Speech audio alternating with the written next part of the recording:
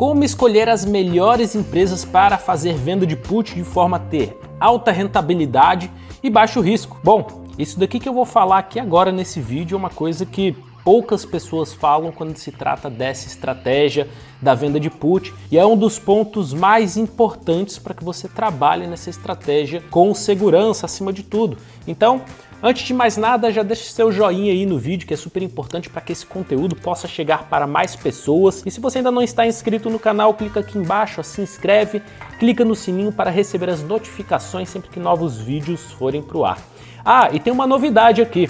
Eu vou colocar na descrição, tá? A gente criou um e-book com 2 estratégias para você gerar renda até mais de 3% no mês que os grandes investidores utilizam.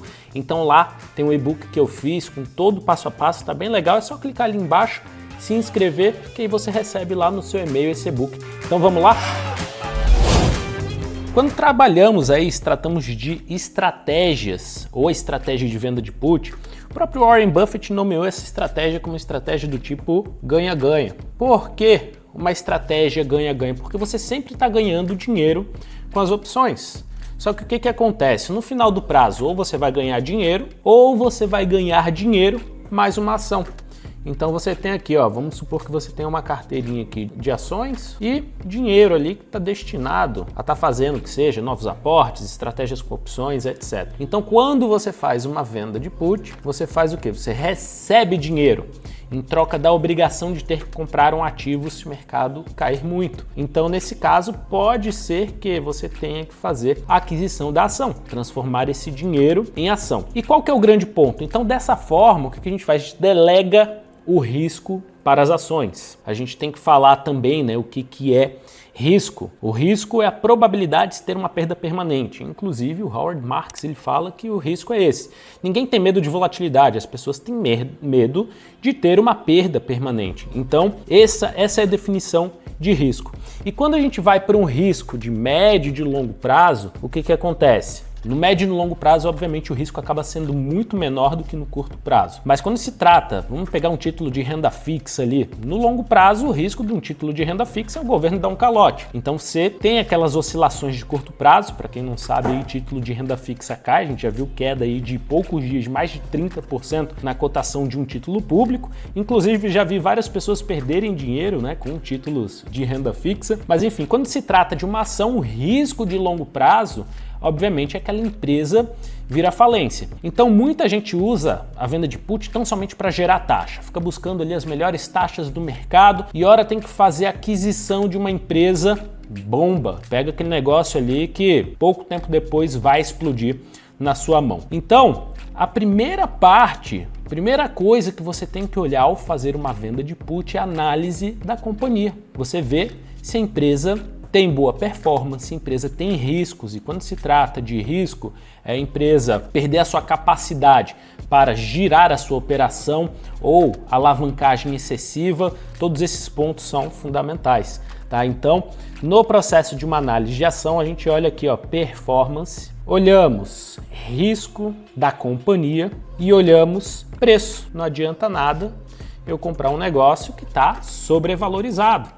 E a gente sabe que o mercado ele anda em ciclos econômicos, ciclos de mercado e muitas vezes as coisas estão super pessimistas e muitas vezes as coisas estão super otimistas. Isso impacta diretamente no valuation da companhia. O grande ponto é que a maior parte das expectativas de curto prazo que são formadas não são concretizadas e as coisas entram num equilíbrio de médio e longo prazo. Então, quando trabalhamos aqui performance, primeira coisa que você vai olhar, obviamente, é o lucro da companhia. Pô, esse lucro aqui é consistente? Tem que ser presente, pelo menos presente. Mas se for preferencialmente crescente, melhor, porque a gente tem uma correlação direta entre o crescimento do lucro de uma companhia e a sua valorização. Agora, dentro de performance, também temos que olhar eficiência da companhia. Por exemplo, eficiência, o que seria? Pô, a empresa tem uma boa margem de lucro, a empresa tem um bom ROI, um retorno sobre o patrimônio líquido. Então, a margem de lucro interessante é acima de 15%. Então, se a empresa tem uma receita de 100, tem que voltar a 15, pelo menos, em lucro. Se a empresa se mantém consistente nessa margem líquida, o que acontece? Ela se mostra que é uma empresa que é uma boa geradora de caixa e não depende tanto de ter alavancagem ou de estar tomando muito empréstimo ali para girar a sua operação. E ainda assim que vem um ciclo ruim para aquela empresa, dentro de um determinado ano, uma determinada condição ali macroeconômica, acaba não impactando o resultado de forma tão expressiva. Então, se a gente pega ali varejo, entre outros setores que giram com a margem baixinha, pô, caiu a receita, entrou numa condição ruim, a empresa já tem que se alavancar, a empresa já tem que tomar empréstimo para girar a operação, então é um pouco mais complicado. Quando olhamos o fator de risco, a gente tem que olhar a capacidade da empresa pagar suas dívidas, despesas e obrigações. Então, primeira coisa que você olha é o capital emergencial. Pô, o que a empresa tem de ativo líquido? Que ela pode liquidar ali com uma facilidade maior, como por exemplo, caixa, investimentos de curto prazo, e cumprir com seu passivo circulante, que são as despesas, dívidas e obrigações de curto prazo. Isso é chamada de liquidez corrente. Tá? Aí é mais em caso emergencial. A empresa só vai liquidar ali os seus ativos, obviamente, de curto prazo, se ela perder a sua capacidade de geração de caixa. E a capacidade de geração de caixa muitas vezes é medido pelo EBITDA. O EBITDA é o lucro antes dos juros, impostos, depreciação e amortização. Então, depreciação e amortização ali é normalmente um valor contábil. Então, por isso que entra também ali, ele é adicionado ao fluxo de caixa da companhia para a gente ver o fluxo de caixa operacional. Mas um ponto interessante é quanto que a empresa tem de passivo circulante, quanto que ela tem de ativo, que é ativo circulante, e quanto é que ela tem de EBITDA. Então, às vezes ela não tem tanto ativo disponível porque ela tem uma excelente geração de caixa, um excelente EBITDA. E na parte de preço, olhamos indicadores de valuation, preço por lucro, preço por valor patrimonial por ação, e acompanhamos o histórico, porque com base no histórico conseguimos ver se a empresa está numa região de pessimismo ou de otimismo e conseguimos chegar ali num valor de equilíbrio, ou também chamado de preço justo, valor intrínseco da ação, dentre outros nomes que a gente tem aí. E aí eu queria puxar um exemplo para a gente fazer esse tipo de análise. Eu peguei aqui como exemplo a Prio 3. Eu costumo olhar o investing.com, tá? A versão Pro, que é uma versão paga, mas eu vou puxar aqui também pelo Status Invest, que é a plataforma gratuita aí que vocês podem acompanhar.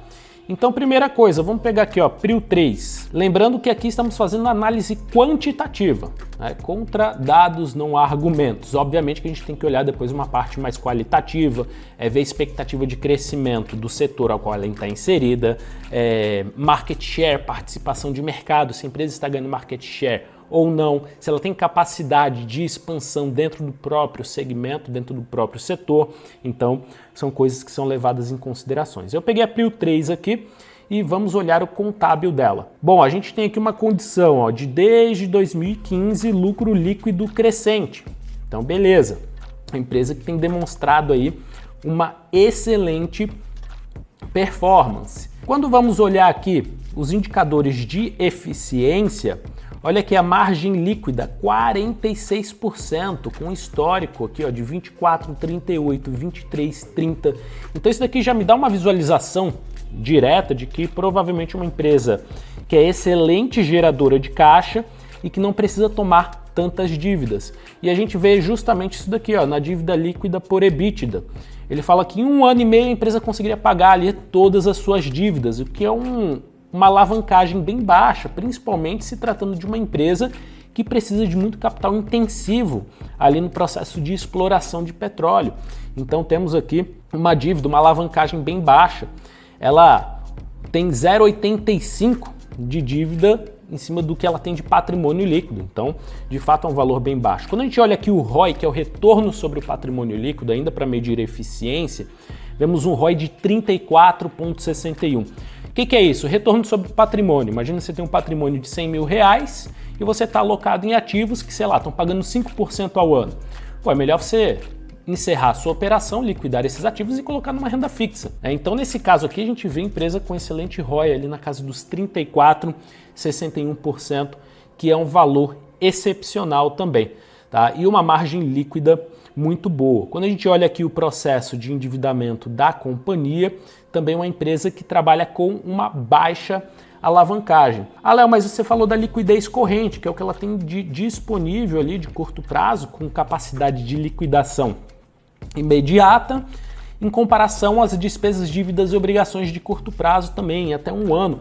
E ela não consegue ter ativos o suficiente para pagar essa dívida aqui. E aí? Bom, vamos olhar aqui, ó, uma condição bem interessante, que é o seguinte: se a gente for olhar aqui nos resultados, a empresa tem um EBITDA de 5,9 bilhões de reais. Então, ela tem uma geração de caixa muito próximo de 5,9 bilhões de reais. E quando vamos olhar aqui o balanço patrimonial, no passivo circulante, ela tem 1,3 bi. Então, ela tem tanta geração de caixa ali que não tem a necessidade de ter tantos ativos de liquidez imediata para cumprir com isso daí. Então, uma empresa que, de certa forma, tem um risco enorme. Qual que seria o risco aqui nesse caso? Pô, o preço do barril do petróleo cair, a receita diminuir por causa do preço do barril de petróleo, mas ainda assim é uma empresa que, pô, trabalha com margens altíssimas. Então, por mais que caia essa receita, provavelmente ela ainda vai trabalhar com margens bem elevadas. Então, é uma condição bem interessante que nos demonstra ter uma perspectiva de risco aí bem menor. Quando olhamos aqui o histórico de indicador de preço por lucro, a gente vê que a companhia está muito próxima aqui do seu preço-lucro médio, tá? Então está muito próximo aqui do seu preço-lucro médio, que seria muito mais próximo de um valor justo. Tem alguns cálculos para se fazer aí com relação a esse valor justo. Pegar o PL médio, PVP médio e fazer a divisão, né, fazer a média ali entre os dois. Tem a fórmula do Benjamin Graham, tem a fórmula do Warren Buffett, você trazer o lucro por ação da companhia, uma perpetuidade de uma taxa de juros de longo prazo, mas normalmente pegamos esse histórico de índice de preço por lucro e o PVP e avaliamos se o ativo está sendo negociado com desconto. Então aqui ele nos mostra que está muito próximo ali do valor justo, que obviamente seria o valor que está sendo negociado agora. Agora, se der continuidade com esse processo, com esse crescimento do seu lucro líquido, é uma companhia que tem uma capacidade de um crescimento aí absurdo e entregar muito valor para os acionistas. Então, pô, o que você vê aqui? É uma empresa que tem excelente performance, uma empresa que tem um risco baixo, né? Obviamente está inserido no setor de commodities, mas a estrutura, a eficiência operacional dela é muito boa, então, de certa forma, tem um risco baixo, a probabilidade dessa companhia falir é muito pequena e o preço ainda está sendo negociado, não está sendo negociado com tanto desconto assim. Então, daria para fazer estratégias de venda de put, vê que a volatilidade implícita dela aqui tá até relativamente alta, ali nos 34, 31, nada exorbitante, mas muito maior que outras companhias, como JBS e tudo mais. Mas é uma empresa que daria para trabalhar de forma um pouco mais segura com esse processo de venda de put. Porque se você tem que fazer aquisição de uma companhia, você faz aquisição de uma companhia de uma boa empresa, que tem um baixo risco, e você vai brigar o quê? Usando as opções, assim como os grandes investidores fazem, que é usando as opções para reduzir o seu custo médio de aquisição.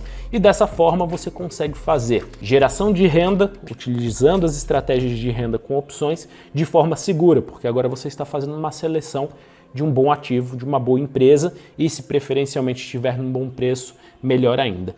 No mais é isso, eu espero que você tenha gostado. Clica aqui embaixo, já baixa o nosso e-book agora mesmo, que tá fresquinho, acabou de sair, tá? Então você pode baixar, dar uma lida lá e depois me dar um feedback do que vocês acharam. Já deixa o joinha aí no vídeo também, que ajuda bastante a gente aqui do canal, e se não está inscrito, já clica aqui embaixo, se inscreve, e é isso aí. Grande abraço, até a próxima, tchau, tchau.